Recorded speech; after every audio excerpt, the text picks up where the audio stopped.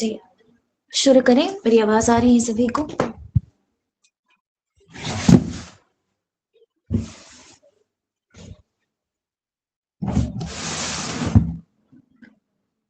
چلیں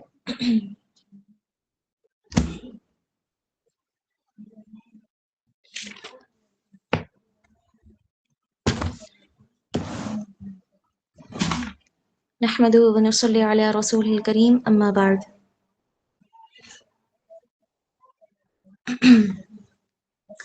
اعوذ باللہ السمیع العلیم من الشیطان الرجیم. بسم اللہ الرحمن الرحیم. رب اشرح لي صدری ويسر لي امری واحلل عقدة من لسانی يفقهوا قولی. رب زدنا علما. اللهم صل على محمد وعلى آل محمد كما صليت على إبراهيم وعلى آل إبراهيم إنك حميد مجيد. اللهم بارك على محمد وعلى آل محمد كما باركت على إبراهيم وعلى آل إبراهيم إنك حميد مجيد. أما بعد.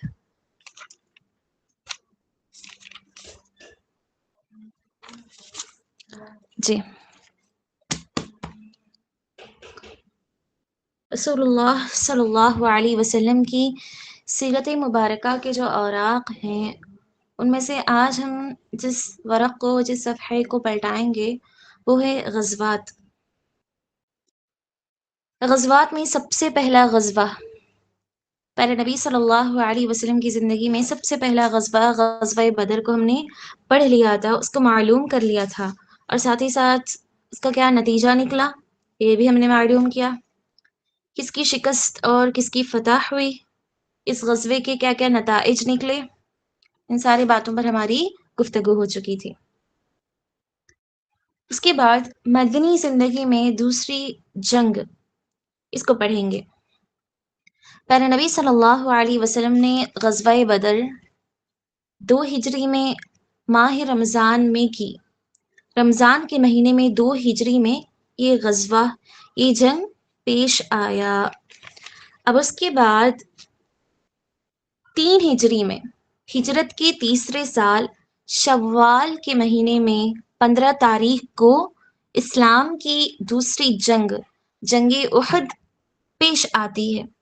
آج ہم اس کو پڑھیں گے، غزوہ احد. ٹھیک ہے، تاریخ کو یاد رکھنا بے انتہا ضروری ہے. غزوہ بدر 2 ہجری میں اور غزوہ احد 3 ہجری میں پیش آئی. بدر ایک چھوٹے شہر، ایک چھوٹے مقام کا نام ہے باقاعدہ، اور یہ جو غزوہ احد ہے، احد ایک پہاڑ، ایک جبل کا نام ہے. چلیں اب ہم معلوم کرتے ہیں کہ غزوہ احد کس طرح پیش آئی، اس کا کیا سبب رہا. جیسے کہ ہم نے پڑھا کہ قریش کو جب غزوہ بدر میں بری شکست حاصل ہوئی، بڑے وہ ناکام ہو گئے اپنی ساری تدابیر ہونے کے باوجود، اور سب سے اہم بات ان کی تعداد مسلمانوں کے مقابلے میں کافی زیادہ تھی. 300 کہاں ہیں اور 1000 کا لشکر کہاں ہے. 1000 کے لشکر کے آگے ایک چھوٹی سی جماعت، کم سے کم آدھی بھی نہیں ہے، 500 سے کم ہے، تو کہاں سے مقابلہ کر پائے گا. اس کے باوجود انہوں نے ان کی کامیابیوں کو شکست میں تبدیل فرما دیا. ان کی ان سوچوں کو، ان کی ان تدابیر کو اللہ تعالیٰ نے شکست میں تبدیل فرما دیا. لہٰذا انہوں نے بدلہ لینے کا عزم کیا.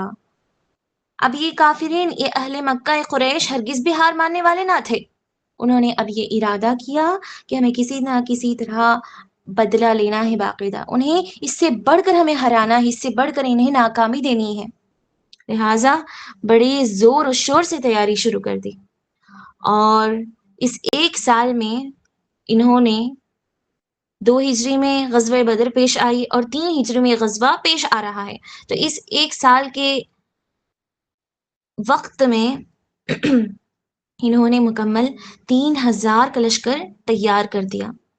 اس مرتبہ ایک نہیں بلکہ 3000 کا لشکر مدینے کے قریب احد کے مقام پر لے کر پہنچ گئے.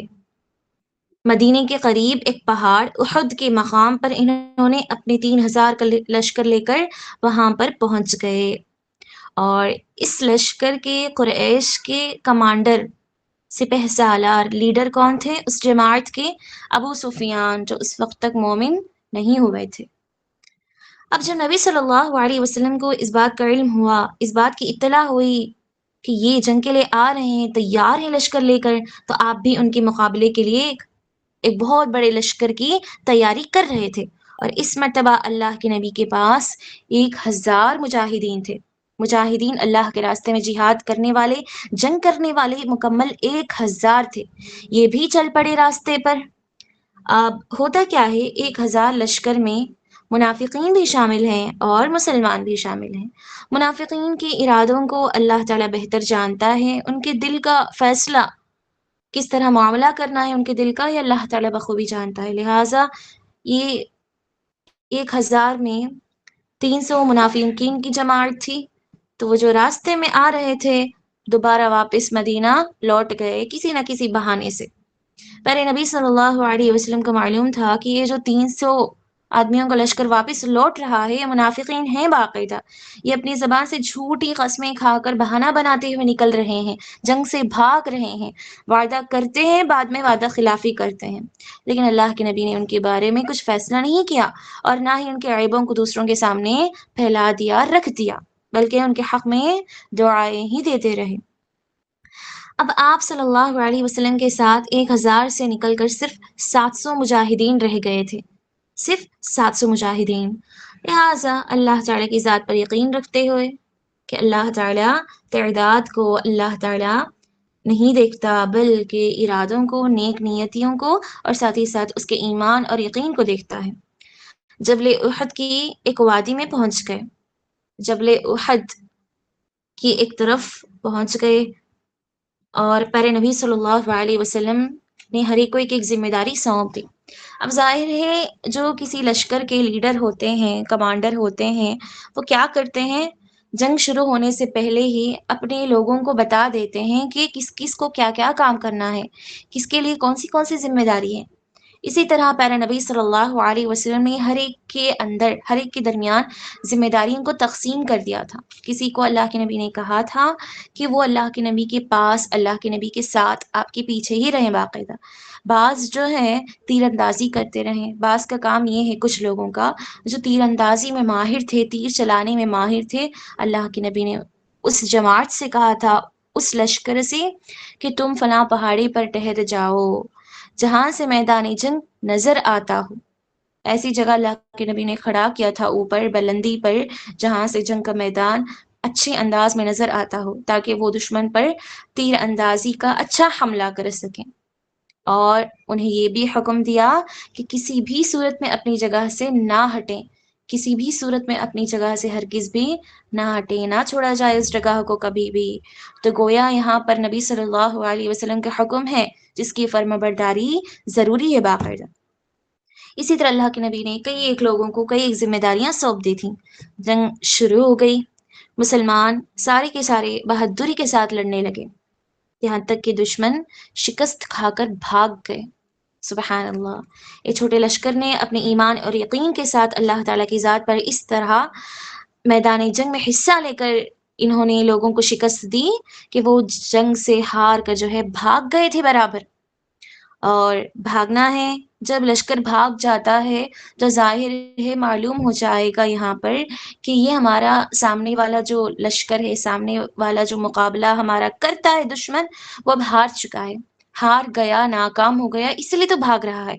تو وہیں معلوم ہو جاتا ہے کہ اب جنگ ختم ہو چکی ہے، اب ہم جیت چکے ہیں۔ تو اب وہ جو بھاگ رہے ہیں سارے کے سارے ساز و سامان کو چھوڑ کر، ہر ایک اپنی چیز کو چھوڑ کر، تو وہ جو چھوڑ کر جا رہے ہیں میدان میں، اسی کو مال غنیمت کہا جائے گا اسلام کی روشنی میں۔ قرآن اور حدیث نے اسی کو مال غنیمت کہا، اور اسی مال غنیمت کو اللہ سبحانہ وتعالیٰ نے حلال قرار دیا ہے مسلمانوں پر۔ لہٰذا اب سارے کے سارے مسلمان مال غنیمت جمع کرنے لگے، سارے کے سارے مال غنیمت جمع کرنے لگے تاکہ اللہ کے نبی کے پاس لے کر آئیں، اور اللہ کے نبی اس کو سبھی مجاہدین کے درمیان تقسیم کر دیں برابری کے ساتھ۔ قریب تھا کہ اب مکمل اقام ہو رہے ہوں، اب یہ جنگ فتح مکمل ہو جائے، لیکن حیرت کی بات یہ ہے کہ تیر اندازوں کی جماعت نے اپنی جگہ چھوڑ دی۔ اللہ کے نبی نے صاف کہا تھا کہ جب تک کہ حکم نہ آ جائے، جب تک کہ کچھ ایسی بات نہ آ جائے جس سے ہم تمہیں آگاہ کر دیں، تم اس وقت تک جو ہے اپنی جگہ سے نہ ہلو۔ اس کے باوجود اس بھاگے ہوئے لشکر کو دیکھ کر اور اس سے بڑھ کر سب سے پہلی بات مال غنیمت جمع کرتا ہوا اوپر سے اس نظارے کو دیکھتے ہوئے صحابہ جو ہے نیچے آ گئے باقاعدہ۔ اب ہوتا کیا ہے، بھاگتا ہوا لشکر دوبارہ واپس پلٹا۔ کفار نے اس موقع کو غنیمت جان کر تیر اندازوں کی جگہ لے لی، تیر اندازوں کی پہاڑی پر قبضہ کر لیا۔ اس موقع کو انہوں نے غنیمت جانا باقاعدہ، اور مسلمانوں پر تیر برسانا شروع کر دیے۔ ظاہر ہے اوپر سے تیر برسانے لگے، چونکہ ظاہر ہے اب یہاں پر جو ہے مسلمان جنگ بھی نہیں کر رہے ہیں، وہ مصروف ہیں مال غنیمت میں، تو اوپر سے ایک حملہ کرنے والا حملہ کرے تو آسانی سے شکست ہو سکتی ہے۔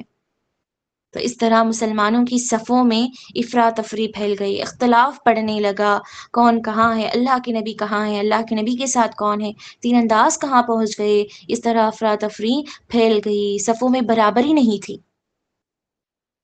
اور کفار نے ان پر دوبارہ حملہ کر دیا، جس کی وجہ سے یہ فتح شکست میں بدل گئی۔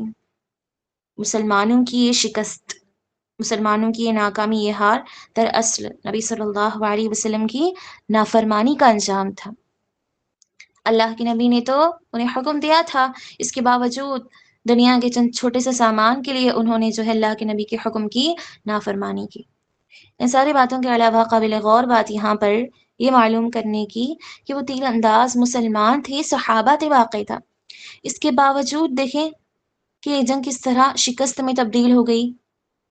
تو اللہ تعالیٰ نے یہاں پر یہ اشارہ دیا ہے کہ نبی صلی اللہ علیہ وسلم کی نافرمانی اگر ذرا برابر بھی بندہ کرتا ہے اپنی زندگی میں، تو وہ ہمیشہ اپنی زندگی کو ناکام اور نامراد ہی بنائے گا۔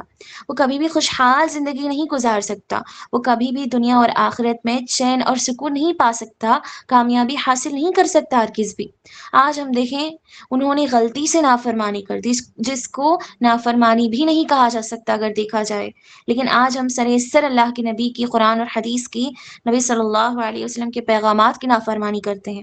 ہمارے سامنے بارہا احادیث دکھائے جاتے ہیں، سنائے جاتے ہیں، ہم پڑھتے ہیں، اس کے باوجود ہماری نظروں سے وہ اوجھل ہو جاتے ہیں باقاعدہ۔ صحیح بات ہے نا، ایسا ہی ہوتا ہے۔ اب رمضان کا مہینہ آ رہا ہے، ہم اس کی تیاری جوش اور زور سے، بڑے شوق سے، ذوق سے کر رہی ہیں ہم بہنیں، لیکن رمضان کے چلے جانے کے بعد ہمارا حال کیا ہوگا؟ یہ دراصل نبی صلی اللہ علیہ وسلم کے حکم کی تابعداری نہیں ہے، فرمانبرداری نہیں ہے۔ اللہ کے نبی نے کیا کہا تھا کہ ایسا عمل کرو جس میں مداومت ہو، جس میں عمل پیرا ہو، جس میں تم کنٹینیوس اختیار کرو باقاعدہ۔ اللہ ہم سب کو توفیق دے۔ تو یہاں پر دیکھیں اس جنگ کے کیا نتائج نکلے۔ اس جنگ کا نتیجہ کیا نکلا کہ سارے کے سارے مسلمان ہار گئے، اور ساتھ ہی ساتھ 70 مسلمان شہید ہو گئے۔ اللہ اکبر۔ تیر اندازوں کے نیچے آنے سے پہلے اتنے زیادہ لوگ شہید نہیں ہوئے تھے، لیکن جب تیر انداز نیچے آ گئے تو اس کے بعد کفار نے اس موقع کا فائدہ اٹھایا اور بہت سارے مسلمانوں کو شہید کر دیا، جن میں بڑے بڑے صحابہ شامل ہیں، حمزہ بن عبد المطلب، مصعب بن عمیر رضی اللہ عنہما، اس طرح بہت سارے صحابہ شامل ہیں۔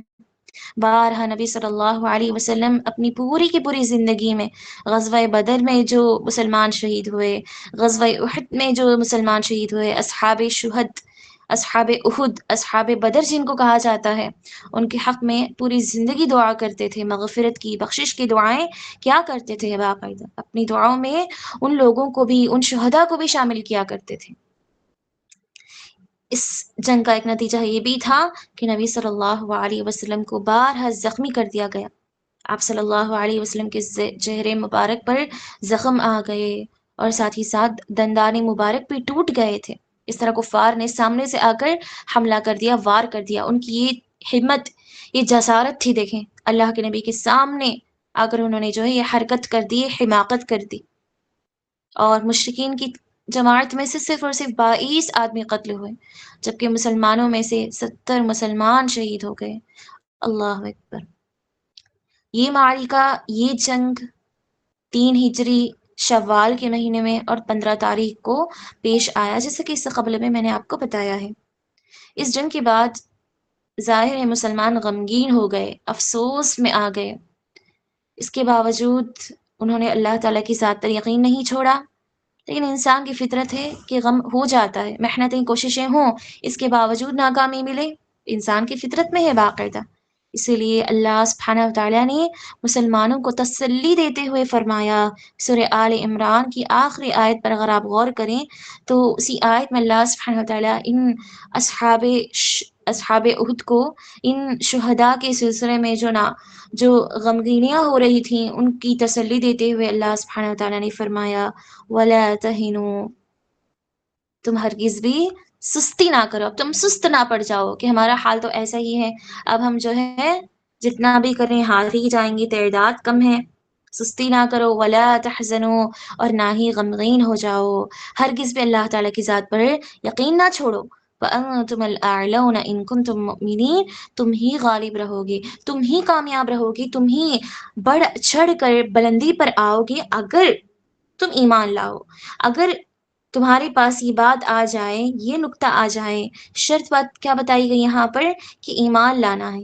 تو معلوم کیا ہوا، وہ تو پہلے سے ایمان والے ہیں، ان کا ایمان تو حد درجے کا تھا، ان مسلمانوں کا، ان صحابہ کا ایمان ہم سے بڑھ کر تھا۔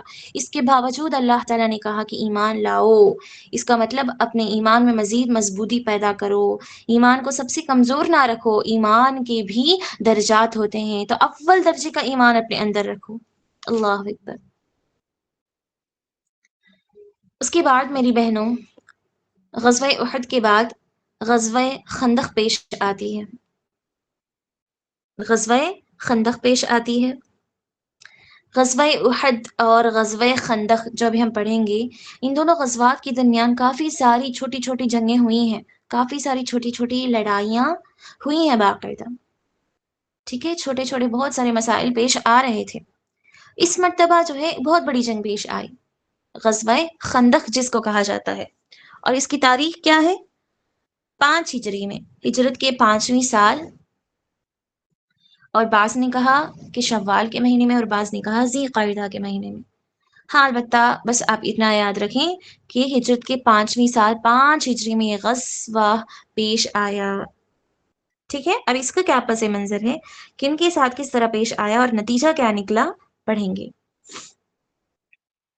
جیسا کہ ہم پڑھ چکے ہیں اس سے قبل، اگر آپ سبھی کو یاد ہو کہ ہجرت سے پہلے ہی، ہجرت کے پہلے ہی سال جب نبی صلی اللہ علیہ وسلم نے مدینے کی ہجرت کی، تو ہجرت کے پہلے ہی سال نبی صلی اللہ علیہ وسلم نے مدینے میں جو رہنے والے بسنے والے یہود ہیں، ان یہودیوں سے معاہدہ کیا تھا، یہ وعدہ لیا تھا کہ دونوں اپنے اپنے دین پر قائم اور دائم رہیں گے، مدینے میں رہیں گے، ایک دوسرے کو نقصان نہیں پہنچائیں گے، جنگیں نہیں کریں گے، کسی قسم کا اختلاف نہیں رہے گا۔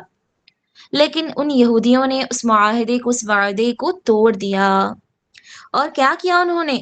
نبی صلی اللہ علیہ وسلم کو قتل کرنے کی سازشیں بھی کی تھی انہوں نے، چھوٹی چھوٹی سازشیں۔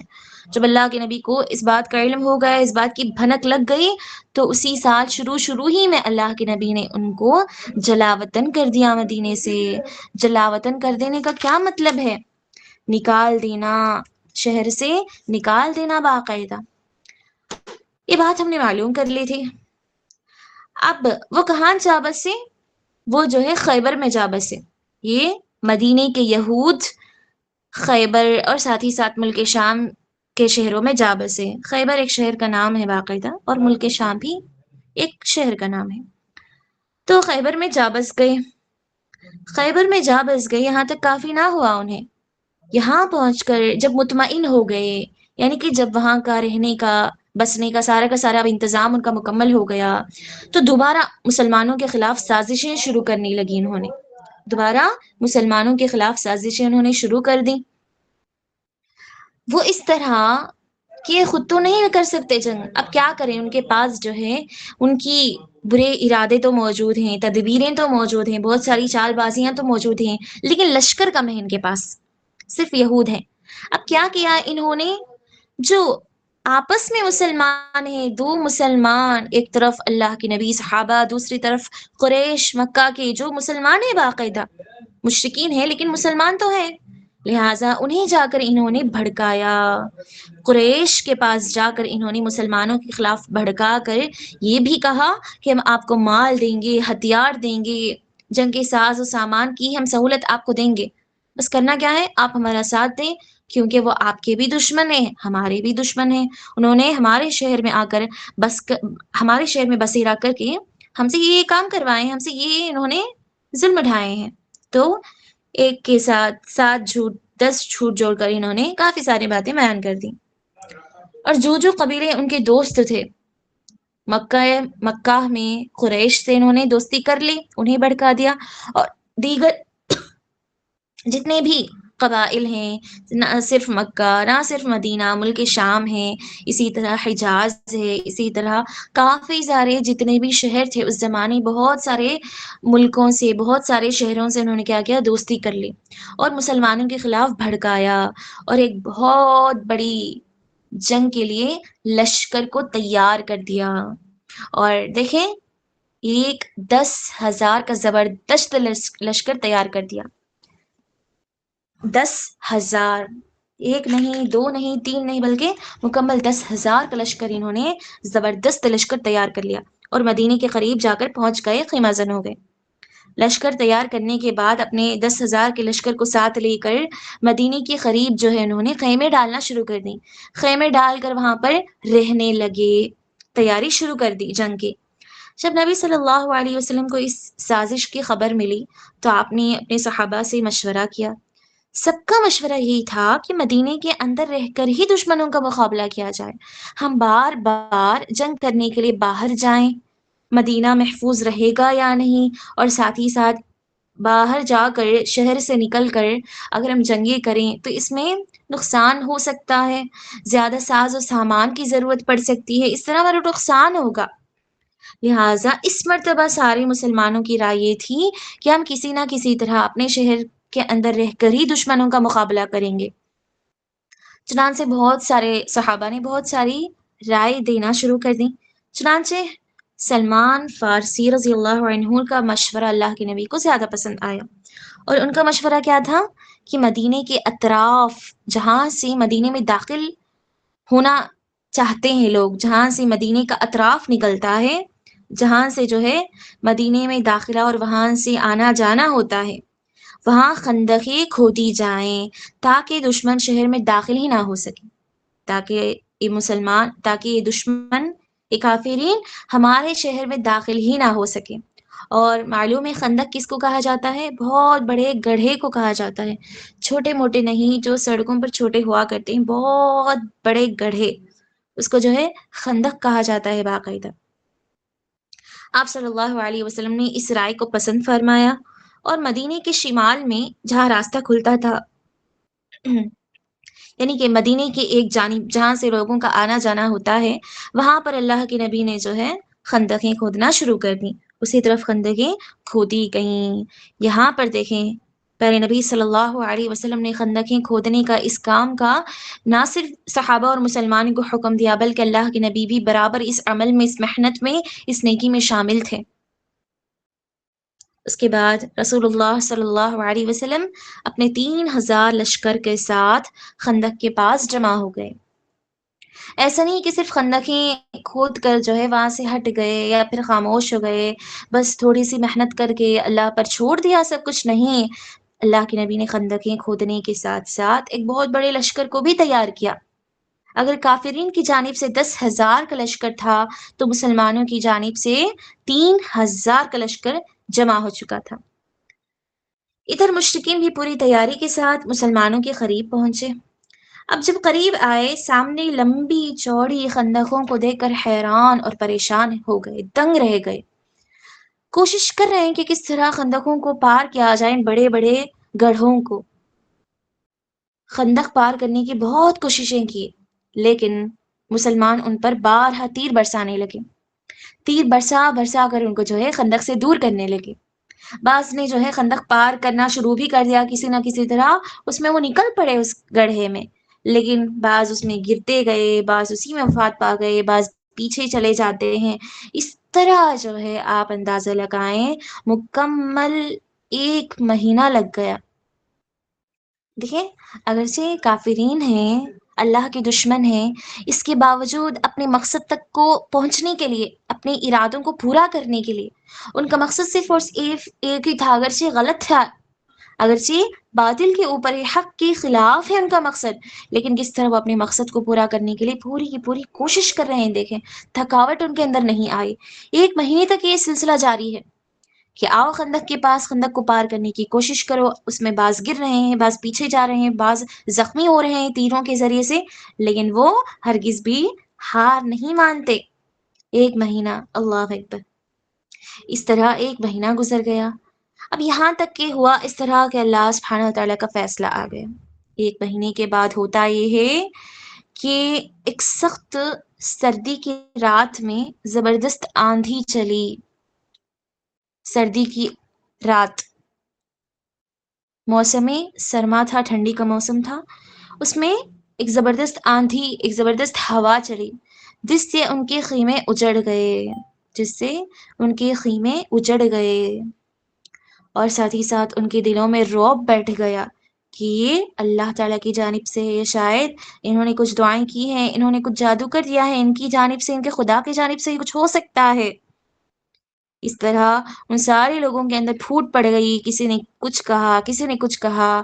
اس طرح ایک جانب سے جو ہے قریش کی جانب سے ابو سفیان اپنے اونٹ کے ساتھ بھاگ گئے، سوار ہو گئے، کچھ بھاگ گئے، کچھ رہ گئے، اس طرح اختلاف ہو گیا اور بعض ڈر گئے، اور سارا کا سارا لشکر جو ہے پیچھے ہٹ گیا، ناکام اور نامراد مدینے سے بھاگ نکلا۔ کس طرح ثابت قدمی اختیار کرنے سے اللہ سبحانہ وتعالیٰ نے مسلمانوں کی مدد فرمائی ہے۔ یہ واقعہ ذی قعدہ یا پھر شوال 5 ہجری میں پیش آیا۔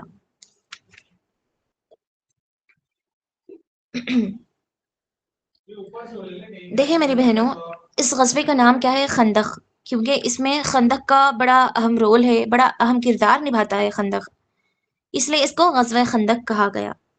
ہاں، البتہ اس کا دوسرا نام بھی ہے، کیا ہے؟ احزاب، غزوہ احزاب۔ غزوہ خندق کا ایک دوسرا نام غزوہ احزاب بھی ہے، کیونکہ اس غزوے میں، اس جنگ میں نہ صرف عرب، نہ صرف مدینہ مکہ کے لوگ عرب، بلکہ یہودیوں کی بہت ساری جماعتیں بھی شامل تھیں، کیونکہ یہودیوں نے نہ صرف اپنے شہر خیبر سے، مکہ مدینے سے، کافی سارے شہروں سے انہوں نے کئی ساری لوگوں کو بلا کر بہت بڑا لشکر تیار کیا ہے، اسی لیے بہت سارے لشکر اس میں شامل ہیں، بہت ساری جماعتیں تھیں اس میں۔ اور احزاب کس کو کہا جاتا ہے؟ جماعت کو، گروپس کو، حزب احزاب کہا جاتا ہے، گروپس کو۔ اسی لیے اس غزوے کا دوسرا نام غزوہ خندق کے علاوہ غزوہ احزاب بھی ہے۔ اللہ تعالیٰ نے سورہ احزاب نامی ایک سورت ہی اتار کر اسی سورت میں اللہ تعالیٰ نے ارشاد فرمایا سورہ احزاب میں، یا ایھا الذین آمنوا اذکروا نعمت اللہ علیکم، اے ایمان والوں، تم اللہ تعالیٰ کی اس نعمت کو، اس احسان کو یاد کرو جو اس نے تم پر کیا ہے۔ کیا کیا ہے؟ اذ جاءتکم جنود فارسلنا علیہم ریحا وجنودا لم تروها، تمہاری مقابلے میں اللہ سبحانہ وتعالیٰ نے فوجیں پر فوجیں آئیں، تمہاری مقابلے میں فوجیں پر فوجیں آئیں، یعنی کہ تمہارے سامنے والی جماعت جو ہے بہت زیادہ فوجیں تھیں، ان کی بہت بڑا لشکر تھا۔ وجنودا لم تروها، اس کے باوجود اللہ سبحانہ وتعالیٰ نے تیز و تند آندھی اور ہوا کے ذریعے سے تمہاری مدد فرمائی، اور ایسے لشکر سے تمہاری مدد فرمائی جس کو تم نے نہیں دیکھا، یعنی کہ فرشتوں کے ذریعے سے اللہ سبحانہ وتعالیٰ یہاں پر مدد فرمائی۔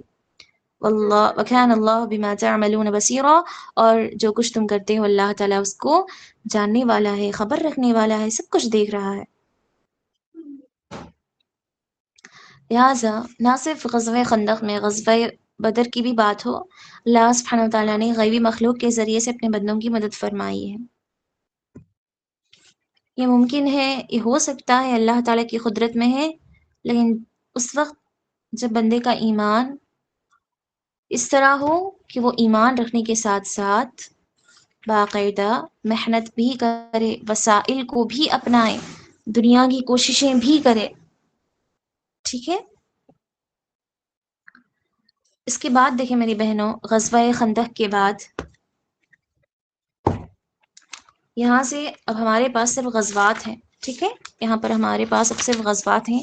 مکی زندگی کو چھوڑ کر جب اللہ کے نبی مدنی زندگی میں آ گئے تو دیکھیں کس طرح جو ہے آزمائشیں بڑھ رہی ہیں دین اسلام کے اس پرچم کو، اس جھنڈے کو لہلہانے کے لیے، اس کو سب سے آگے رکھنے کے اللہ کے نبی کی جد و جہد کو دیکھیں۔ جو پیغام آج ہمارے پاس پہنچا ہے یہ بڑی آسانی کے ساتھ نہیں پہنچا، مشکلات کو پار کرتے ہوئے، رکاوٹوں کا سامنا کرتے ہوئے پہنچا ہے، اس بات کا احساس ہمیں ہونا ہے۔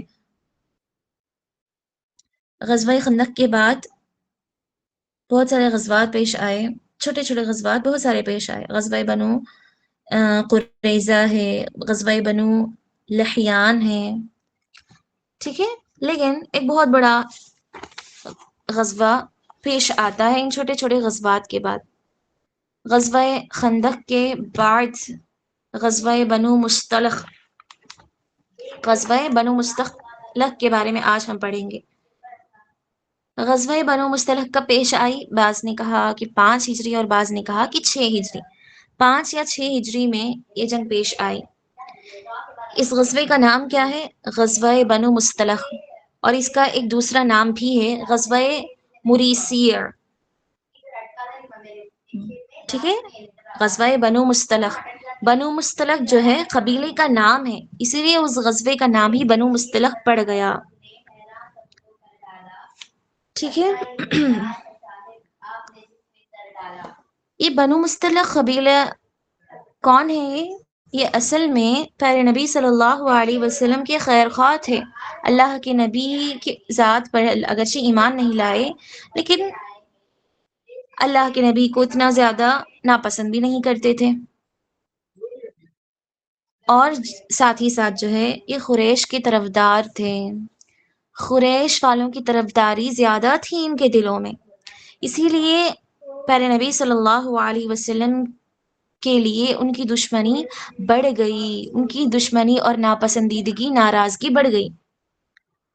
رسول اللہ صلی اللہ علیہ وسلم کو یہ معلوم ہوا ایک مرتبہ کہ غزوہ یہ بنو مصطلق نامی جو قبیلہ ہے وہ آپ سے جنگ کرنے کا ارادہ رکھتا ہے، اور جنگ کرنے کی کافی عرصے سے تیاری بھی کر رہا ہے۔ اللہ کے نبی کو بس یہاں وہاں سے اس بات کا علم ہوا تھا، یہ خبر ملی تھی کہ فلاں قبیلہ بنو مصطلق اللہ کے نبی کو اتنا زیادہ پسند نہیں کرتا، بلکہ اس کا سردار اس قبیلے کا اللہ کے نبی کے ساتھ جنگ بھی کرنے کا ارادہ رکھتا ہے، اور شاید جو ہے تیاری بھی کر رہا ہے۔ جب یہ خبر اللہ کے نبی کو ملی تو صحیح ہے یا جھوٹ، اس کا مزید پتہ لگانے کے لیے صحابی کو اللہ کے نبی نے بھیجا۔ صحابی واپس لوٹ کر آ کر کہتے ہیں کہ اللہ کے نبی، ہاں ہمیں جو خبر ملی ہے وہ بالکل سچ ہے، یہ ہم سے واقعی جنگ کرنا چاہتے ہیں اور تیاری بھی کر رہے ہیں اس کی۔ پیارے نبی صلی اللہ علیہ وسلم کی حکمت کو دیکھیں آپ کہ اللہ کے نبی نے بغیر سوچے، بغیر اطلاع دیے اپنے دشمن کو، بغیر کسی اور کو آگاہ کیے اپنے چند صحابہ کے ساتھ چلے جاتے ہیں اور اچانک جو ہے ان پر حملہ کر دیا۔ اپنے 700 صحابہ کے ساتھ اللہ کے نبی گئے اور بنو مصطلق پر حملہ کر دیا۔ اب اللہ کے نبی صلی اللہ علیہ وسلم کے اس حملے سے وہ غافل تھے، انہیں کیسے معلوم ہوگا کہ یہ ہمارے مقابلے میں جنگ کرنے کے لیے آ رہے ہیں اور تیار بھی ہیں، تیاری کر رہے ہیں۔ اس طرح جو اللہ کے نبی کی حکمتیں جو ہے ہمیں ہر واقعے پر ملتی ہیں۔ پیارے نبی صلی اللہ علیہ وسلم کی سیرت اگر آپ پڑھیں تو نہ صرف غزوات میں کافی ساری واقعات پر، کافی ساری باتوں پر جو ہے یہ حکمتیں، یہ تدبیریں ضروری ہیں ہر انسان کے اندر ہونا۔ اب ظاہر ہے کہ اس غزوے کو پیارے نبی صلی اللہ علیہ وسلم نے جیت لیا اور مال غنیمت میں کافی ساری چیزیں آ گئیں، اور ہمیں یہ بھی معلوم ہونا چاہیے کہ مال غنیمت میں سونا، چاندی، ساز و سامان، یہ ساری چیزوں کے علاوہ لونڈیاں بھی آتی ہیں، قیدی بھی آ جاتے ہیں، اور ان لوڈیوں میں سے، ان قیدیوں میں سے کون آئی تھی؟ بنو مصطلق قبیلے کا جو سردار تھا، اسی قبیلے کا، دشمن قبیلے کا جو سردار تھا، حارث بن زرار، اس کی صاحبزادی اس کی بیٹی جویریہ رضی اللہ عنہا آ گئی تھی، ایک سردار کی بیٹی دشمن کے وار سے ناکام ہو کر قیدی بن کر آنا، یہ کس طرح ذلت کی بات ہے۔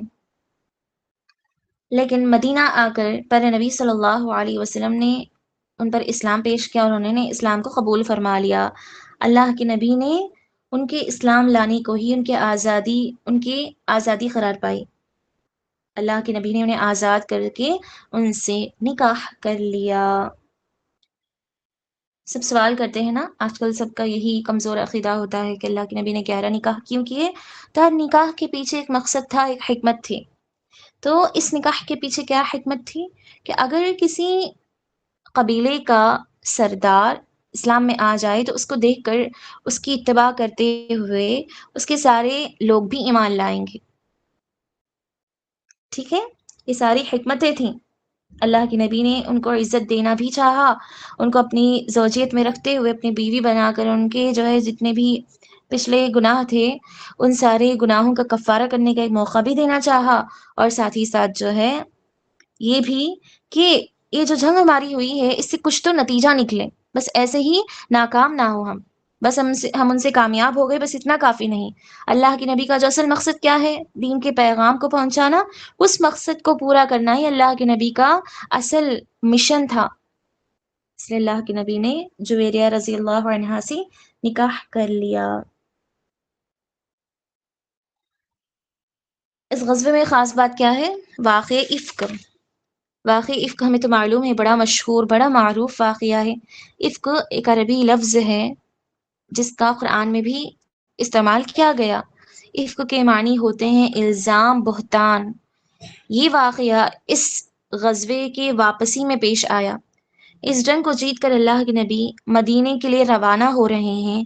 اب مدینے کو آپ پہنچ جائیں گے تھوڑے وقت میں، لیکن مدینے کے قریب اللہ کے نبی نے ایک جگہ پڑاؤ ڈالا۔ مدینے کے قریب اللہ کے نبی نے پڑاؤ ڈالا۔ ظاہر ہے لمبا سفر ہوتا ہے، تھکان ہوتی ہے تو پڑاؤ ڈالنا ہی ہے۔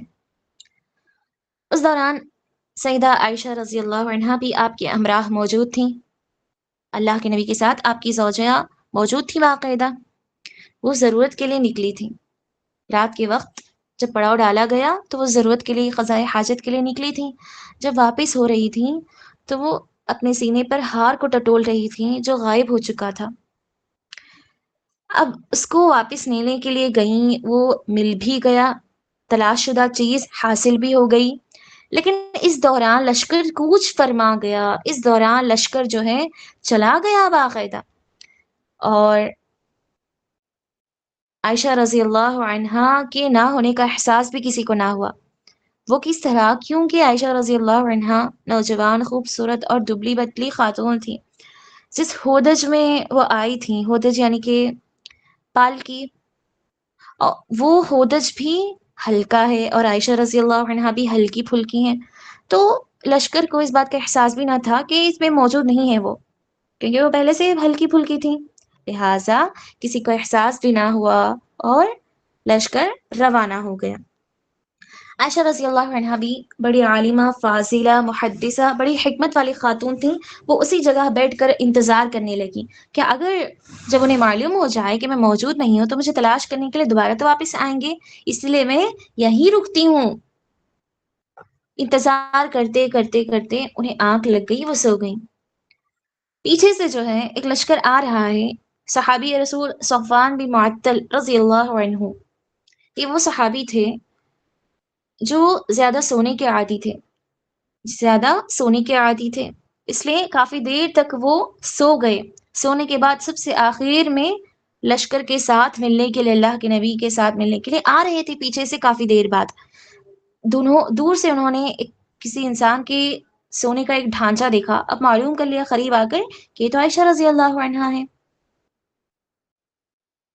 اور عائشہ رضی اللہ عنہا اسی وقت بیدار ہو گئی، انہیں آواز آئی کہ کوئی ان کے سامنے موجود ہے، لہٰذا عائشہ رضی اللہ عنہا اور ان کے درمیان باتیں ہو گئیں، جو باتیں ہونی تھیں انہوں نے بتا دیا کہ ایسا ایسا معاملہ ہوا ہے، لشکر مجھے چھوڑ کر چلا گیا۔ صحابی رسول صفوان بن معطل رضی اللہ عنہ کہتے ہیں کہ آپ ایک کام کریں، آپ جو ہے میری سواری پر بیٹھ جائیں۔ وہ بیٹھ گئیں اور یہ خود سوار جو ہے، یہ خود صحابی سواری کی نکیل تھامے آگے آگے پیدل چلتے ہوئے جا رہے تھے، اور اس طرح جو ہے لشکر میں جا کر شامل ہو گئے۔ منافقین کا سردار عبداللہ بن ابی اپنے نفاق اور حسد میں اپنی زندگی گزار رہا تھا۔ اب اسے یہ موقع مل گیا کہ اس بہتان کو لگایا جائے، چونکہ عبداللہ بن ابی منافقین کا سردار، اسے کافی عرصے سے بات ہضم نہیں ہو رہی تھی کہ مسلمان کامیاب ہو رہے ہیں۔ اسے بڑا ہی غصہ آ رہا تھا کہ یہ مسلمانوں کا لشکر ہر جنگ جیت رہا ہے، چاہے وہ بدر ہو، احد ہو، خندق ہو، ہر جنگ کو جیت رہا ہے، یعنی کامیابیاں حاصل ہو رہی ہیں۔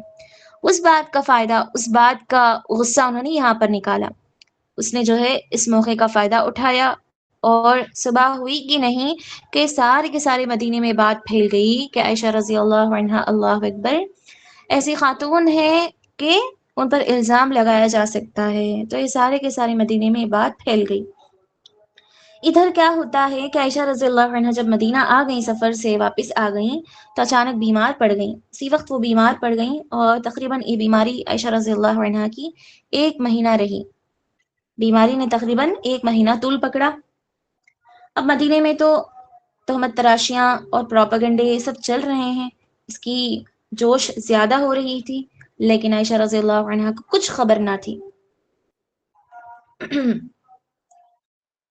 دیکھیں، اس کے علاوہ اس کے بعد ہوتا کیا ہے، جب عائشہ رضی اللہ عنہا تھوڑا سا اپنی بیماری میں کم ہو جانے کے باوجود، بیماری سے اٹھنے کے بعد، جب ایک مرتبہ رات میں قضائے حاجت کے لیے نکلی، ان کے ساتھ ان کی ایک خاتون، ان کی سہیلی بھی تھیں، مستح، وہ بھی موجود تھی وہاں پر، وہ بھی گئیں۔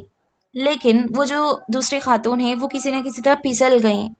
جب وہ پھسل گئی تھیں تو انہوں نے کیا کیا، اپنے بیٹے کو بددعا دی۔ مستح نے اپنے بیٹے مستح کو بددعا دی کہ وہ ہلاک ہو جائے، برباد ہو جائے۔ تو عائشہ رضی اللہ عنہا پوچھتی ہیں کہ آپ اپنے بیٹے کو اس طرح کی بددعائیں، کلمات کیوں دے رہی ہیں؟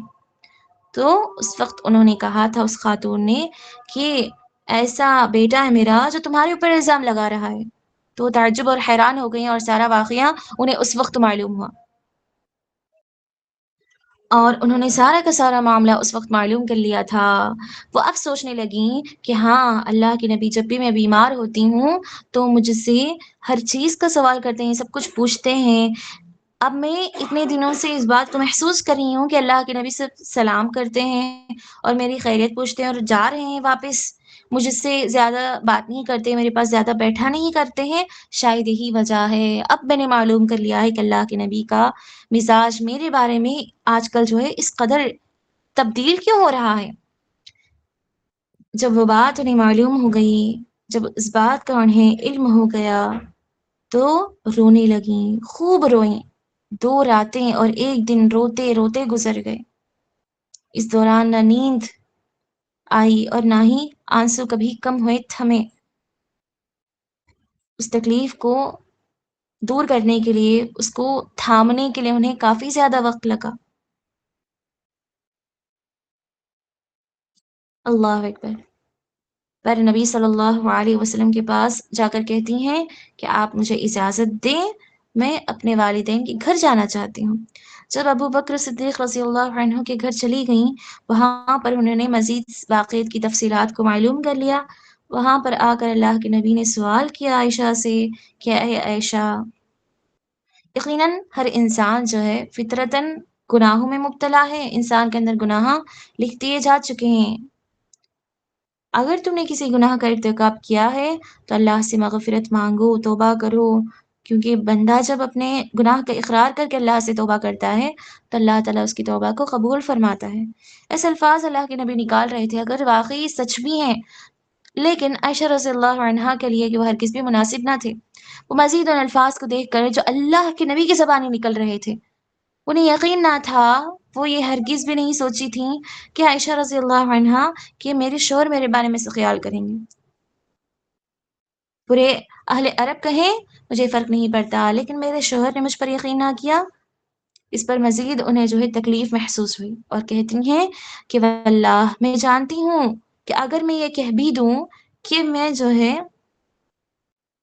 پاکیزہ ایک عورت ہوں، اس کے باوجود کوئی مجھ پر یقین نہیں کرے گا۔ میں جھوٹ کہوں تو مجھے اس پر دلیل لانی چاہیے، اگر میں سچ کہوں مجھے اس پر دلیل لانی چاہیے۔ لہٰذا میرا رب بخوبی جانتا ہے کہ میں کس حال میں ہوں۔ بس میں کسی کو صفائی دینا ضروری نہیں سمجھتی، میں بس اتنا کہوں گی جتنا یوسف علیہ الصلوۃ والسلام کے والد یعنی کہ یعقوب علیہ الصلوۃ والسلام نے اسی طرح کہ میری حالت جیسی ان کی بھی تھی، وہ مجبور لاچار تھے، ان کی حالت بھی ایسی تھی کہ کوئی ان کا ساتھ نہ تھا جب ان کے بیٹے کو ان سے دور کر دیا گیا تھا، اور ان کے جتنے بھی دوسرے بیٹے تھے وہ بہانے پیش کر رہے تھے کہ وہ اس طرح قتل ہو گیا، اس طرح قتل ہو گیا، لیکن ان کے والد کو ذرا برابر یقین نہ تھا، انہیں سہارا دینے والا کوئی نہ تھا۔ آج میری بھی حالت وہی ہے، میں بھی جو ہے یعقوب علیہ الصلوۃ والسلام کی کلمات ہی کہوں گی، اور وہ کیا ہے؟ سورہ یوسف میں موجود ہے، فصبر جمیل، صبر ہی بہتر ہے، اللہ المستعان علی ما تصفون، تم لوگ جو کچھ بھی کہہ رہے ہو اس پر اللہ تعالیٰ ہی مدد کرنے والا ہے، اللہ تعالیٰ ہی بہترین مدد کرنے والا ہے۔ اس کے بعد عائشہ رضی اللہ عنہا پلٹ گئیں اور لیٹ گئیں، وہ آرام کرتی ہی رہیں، اسی وقت جو ہے وحی کی آیتیں نازل ہو گئیں۔ جب نزول وحی کی کیفیت ختم ہو گئی، جب پیارے نبی صلی اللہ علیہ وسلم کی وحی ختم ہو گئی، اللہ کے نبی مسکرانے لگے۔ مسکراتے ہوئے سب سے پہلی بات جو کہیں وہ یہ ہے کہ اے عائشہ، اللہ تعالیٰ نے تمہیں پاک قرار دیا ہے۔ اللہ اکبر۔ یہ سارا واقعہ جو ہے ابو بکر صدیق رضی اللہ عنہ کے گھر پیش آ رہا تھا۔ ابو بکر صدیق رضی اللہ عنہ کی بیوی یعنی کہ عائشہ رضی اللہ عنہ کی ماں نے فوری کہا کہ عائشہ دیکھو، اللہ کی قسم اللہ تعالیٰ نے تمہاری جانب سے جو ہے پاکیزگی کا اظہار کر دیا ہے باقاعدہ، اس پر تم اللہ کے نبی کی شکر ادا کرو، تم اللہ کے نبی صلی اللہ علیہ وسلم اپنے شوہر کی شکر گزاری کرو کہ ان پر اس طرح کی وحی آئی ہے۔ عائشہ رضی اللہ عنہ کہتی ہیں واللہ میں ان کی طرف نہیں اٹھتی، میں ان کی طرف نہیں لوٹوں گی، میں تو صرف اللہ تعالیٰ کی تعریف کروں گی۔ سبحان اللہ۔ اس موقع پر آپ رضی اللہ عنہ کی براءت کے سلسلے میں اللہ تعالیٰ نے جو آیات نازل کیں وہ سورہ نور کی 10 آیات تھیں۔ اللہ سبحانہ وتعالیٰ نے ایک عورت کی پاکیزگی کی دلیل دیتے ہوئے 10 آیات نازل فرما دی۔ وہ مکمل 10 آیات ایک صفحے کا ہے جس میں مکمل عائشہ رضی اللہ عنہ کا واقعہ ہے، اور ساتھ ہی ساتھ ان لوگوں کا بھی تذکرہ ہے اس صفحے میں کہ کس طرح ایک مسلمان جو ہے کہیں سنی باتوں میں آ جاتا ہے اور اس پر یقین کر لیتا ہے۔ اللہ تعالیٰ نے یہاں پر یہ بھی کہا کہ لوگ کیوں تحقیق نہیں کرتے، بس منافقین کی ایسے لوگوں کی باتوں میں آ جاتے ہیں جو نافرمان ہیں۔ تحقیق کرنی ضروری ہے ہر بات پر۔ تو آیت نمبر 10 سے لے کر آیت نمبر 20 مکمل 10 آیات اللہ سبحانہ وتعالیٰ نے عائشہ رضی اللہ عنہ کی براءت پر اتار دی۔ ایک اور اہم بات اس پورے کے پورے واقعے میں وہ یہ ہے کہ اس دوران جب تک کہ وحی نہیں آئی سارے کے سارے لوگوں میں جو ہے باتیں چل رہی ہیں۔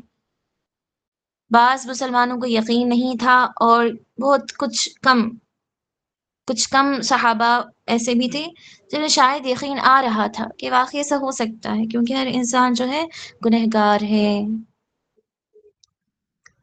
پیارے نبی صلی اللہ علیہ وسلم نے سورہ نور کی آیات کے مطابق یہ فیصلہ لیا کہ ان لوگوں کو، ان مسلمانوں کو کوڑے مارے جائیں جنہوں نے الزام پر یقین کر لیا ہو بغیر کسی دلیل کے۔ اس حکم پر اللہ اکبر پیارے نبی صلی اللہ علیہ وسلم اور ساتھ ہی ساتھ دین اسلام نے، ہماری شریعت نے صحابت تک کو نہ چھوڑا، تو اب آج کے مسلمان کہاں جائیں گے؟ ان 3 صحابہ نے اس الزام تراشی پر یقین کر لیا تھا، انہوں نے گواہی دی تھی اپنی زبان سے۔ تو قانون یہی ہے شریعت کا کہ کوئی گواہی دیتا ہے کسی الزام پر اور گواہ پیش نہیں کرتا، ثبوت پیش نہیں کرتا، تو اسے کوڑے مارے جائیں۔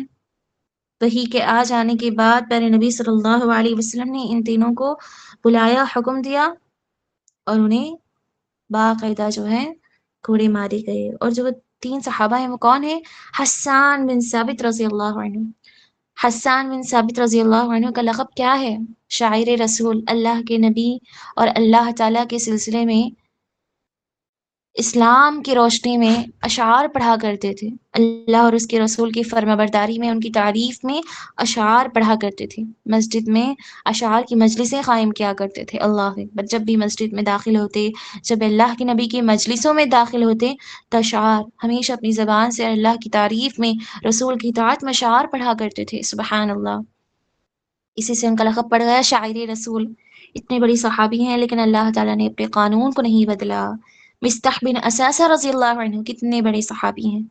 حمنا بنت جحش رضی اللہ عنہ، یہ کون ہے؟ صحابیہ ہیں یہ، حمنا بنت جحش، پہلے نبی صلی اللہ علیہ وسلم کی بیوی زینب کی بہن ہے یہ۔ رشتہ داری کا بھی پاس و لحاظ اللہ کے نبی نے نہیں کیا، کیونکہ قانون شریعت یہی کہتا ہے کہ اس میں کسی قسم کی تبدیلی نہ ہو، کسی قسم کی ناانصافی نہ ہو۔ اللہ اکبر! اللہ تعالیٰ سے دعا ہے کہ اللہ سبحانہ وتعالیٰ ہم سبھی کو شریعت کے سارے قوانین پر عمل کرنے کی توفیق دے۔ آج کے درس میں جتنے بھی کہی سنی باتیں ہیں، اللہ تعالیٰ ان پر عمل پیرا ہونے کی توفیق دے، ہمیں حق بات کہنے اور آپ سبھی کو حق بات سننے کی توفیق دے، آمین۔ سبحان اللہ وبحمدہ، سبحانک اللہم وبحمدک، اشہد ان لا الہ الا انت، استغفرک واتوب الیک۔